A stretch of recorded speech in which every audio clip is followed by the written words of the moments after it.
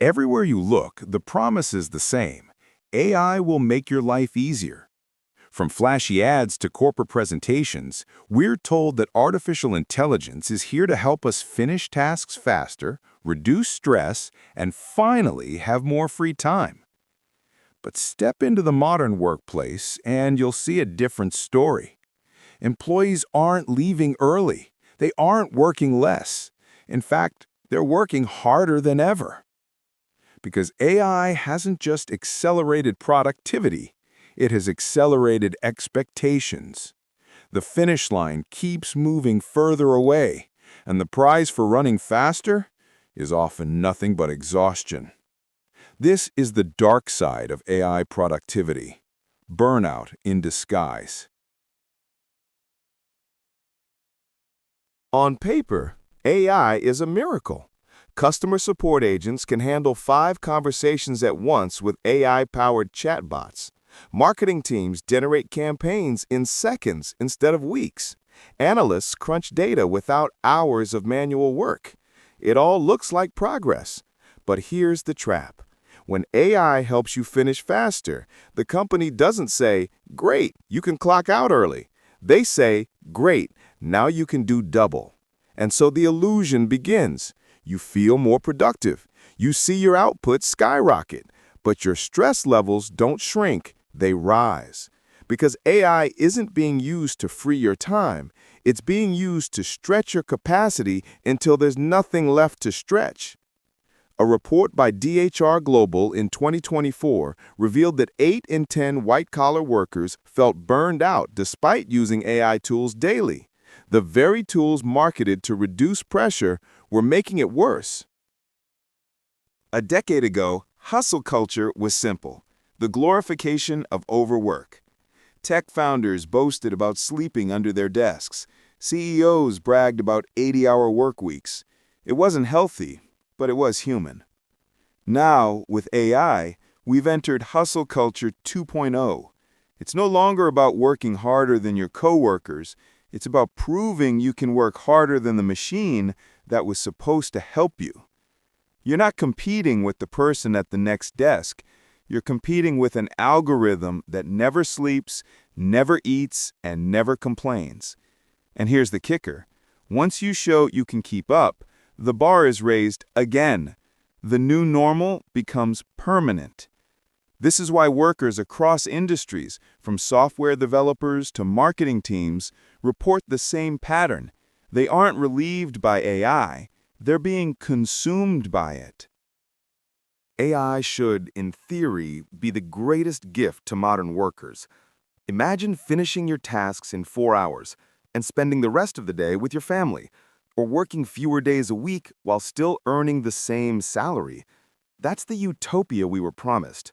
But reality looks very different. Instead of compressing work, companies have expanded it. If AI lets you answer 50 emails in an hour, your manager expects 200 tomorrow. A standard workday now contains far more tasks than before, without a single extra dollar in your paycheck. The result?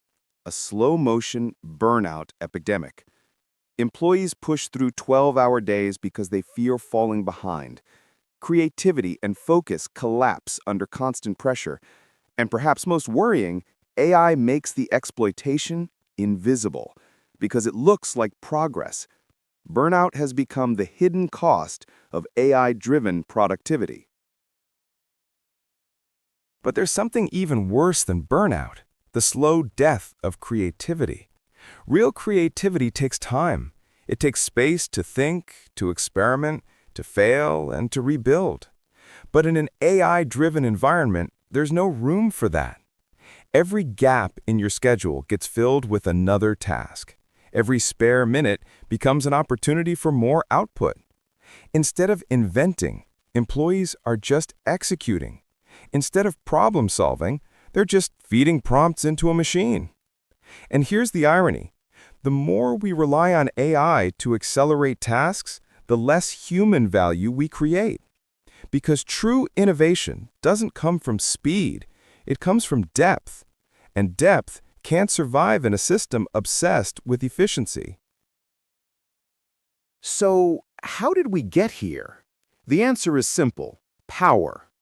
Companies have realized that AI doesn't just save time, it gives them leverage. Leverage to demand more work without raising pay. Leverage to shrink teams while maintaining output. Leverage to justify layoffs while claiming productivity has never been higher. Think about it. In 2023 and 2024, tens of thousands of tech workers were laid off across big names like Amazon, Meta, and Microsoft. Yet, their stock prices went up. Why? Because AI helped the smaller teams left behind keep the machine running. The cycle is brutal. A crisis justifies cuts, AI helps the survivors cope, expectations rise, but salaries don't. Burnout becomes inevitable. And once that cycle starts, it's incredibly hard to stop.